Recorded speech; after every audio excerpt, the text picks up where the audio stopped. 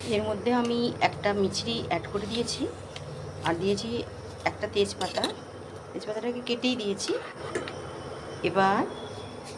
এবার এর মধ্যে আমি এই যে গরম করে রেখেছি দুধটা, আর সরটা দেবো না, সরটা তো আমি ঘি করি জানো, বের করে রেখেছি। তো এবার এর মধ্যে আমি আস্তে করে দুধটা অ্যাড করে দেবো। দুধ দিতে হবে আর এরকম করে একটুখানি ঘাঁটতে হবে, কারণ এবার চটপট টানতে থাকবে। এর মধ্যে আমার মিছরিটাও গলে যাবে। সমস্ত দুধটা এর মধ্যে আমি অ্যাড করলাম। এবার সুজি যত ফুটবে, যত বাড়বে, আস্তে আস্তে করে কিন্তু বসে যাবে এবং মিষ্টিটাও এর মধ্যে আমার গলে যাবে।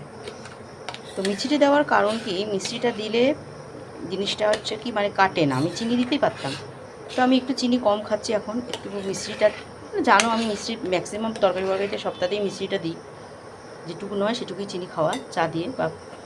তো এবার ফুটতে দিচ্ছি, ফুটে গেলে সেটা কিন্তু টান হয়ে যাবে। অলরেডি আমার মানে দুধের সুজির আলুয়াটা রেডি হয়ে যাবে।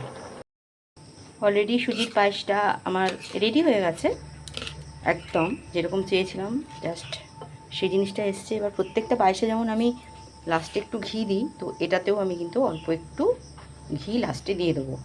বাস, এটা কেন না, এই ঘি সব ধরো চাল ভেজেছো, সব করেছো, ঠিকই আছে, কিন্তু লাস্টে যদি একটা বিন্দু ঘি দিয়ে দাও, পুরো টেক্সচারটাই বদলে যায় এবং টেস্টটাও অনেকটাই অন্যরকম হয়।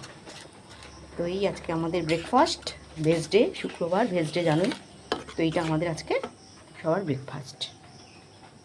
সুপ্রভাত।